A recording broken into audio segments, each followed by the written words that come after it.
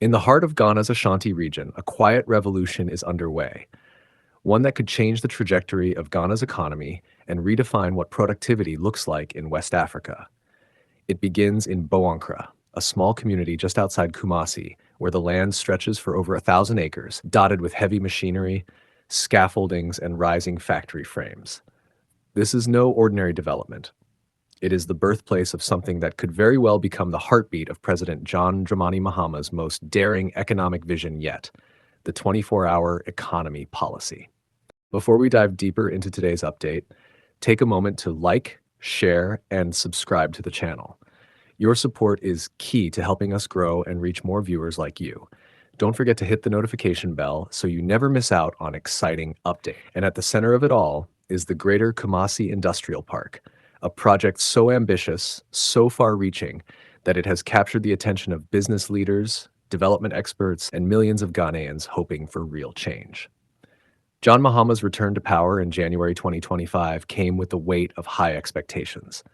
After a decisive electoral victory, the Ghanaian people handed him another chance to steer the country through economic storms, high youth unemployment, and widespread calls for systemic transformation.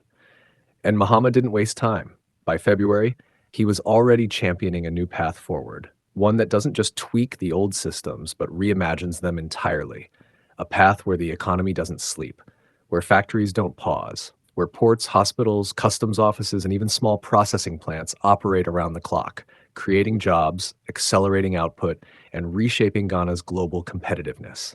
This is the 24-hour economy, a bold policy designed not just to work harder, but to work smarter, tapping into the unutilized hours of the night to produce, trade, and thrive.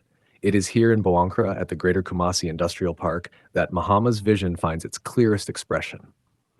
First conceived in 2021 with an initial $200 million injection from the World Bank, the park has been slowly taking shape, transforming from concept to concrete. Spanning over 1,099 acres and cutting across communities like Boankra, Ampabami, and Ejisu, this industrial enclave is strategically placed along an ancient trade corridor that links southern Ghana to the Sahel. It is more than a park. It is a logistics hub, a production engine, a smart city in the making. As construction cranes rise into the Kumasi skyline, so too do the hopes of thousands of young people searching for employment. According to the Ghana Free Zones Authority, the park will create over 5,000 direct jobs and 12,000 indirect ones, many tied to high-value sectors like cocoa processing, biotechnology, cyber village innovation, and light and heavy manufacturing. China's Sinohydro has committed over $100 million for infrastructure development, building roads, drainage networks, and a massive electricity substation to power continuous production.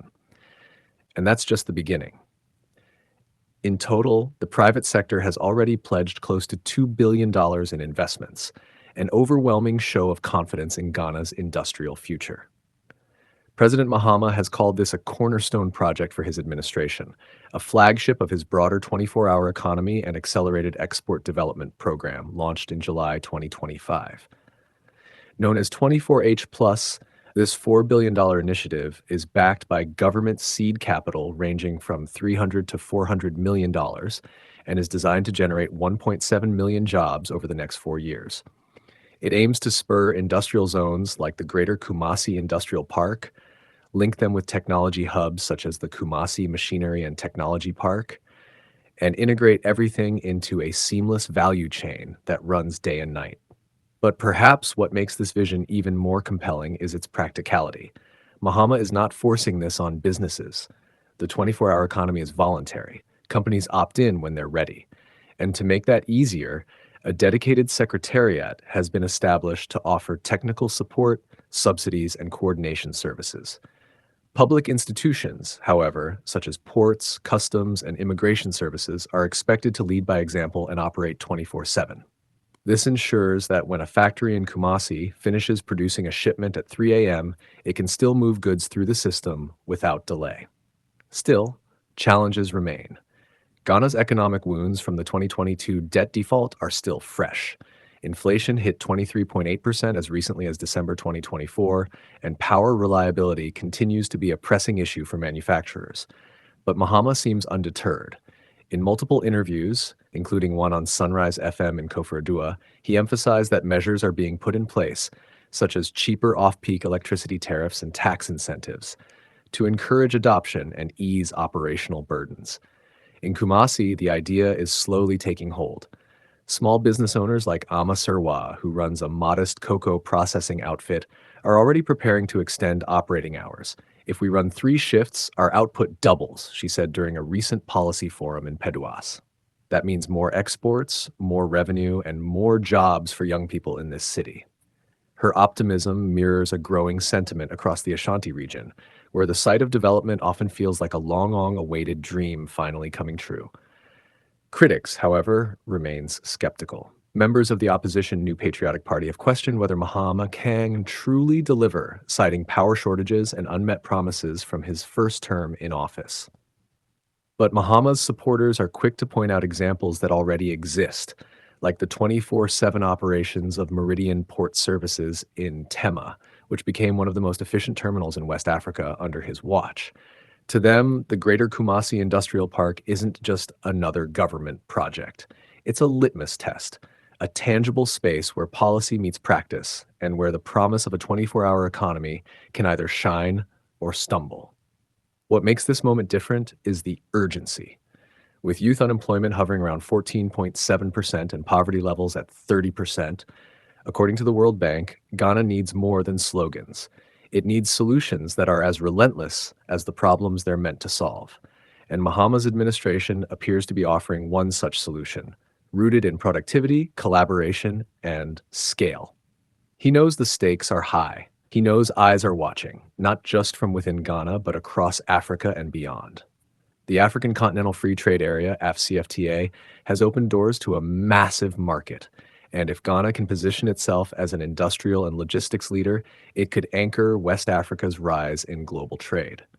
The Greater Kumasi Industrial Park is that anchor. It connects landlocked countries to seaports. It connects youth to employment. It connects policy to possibility. And above all, it connects Ghana to a future where nightfall no longer signals economic shutdown, but becomes a new window of opportunity. As bulldozers clear more land and warehouses take shape, there's a quiet confidence settling in.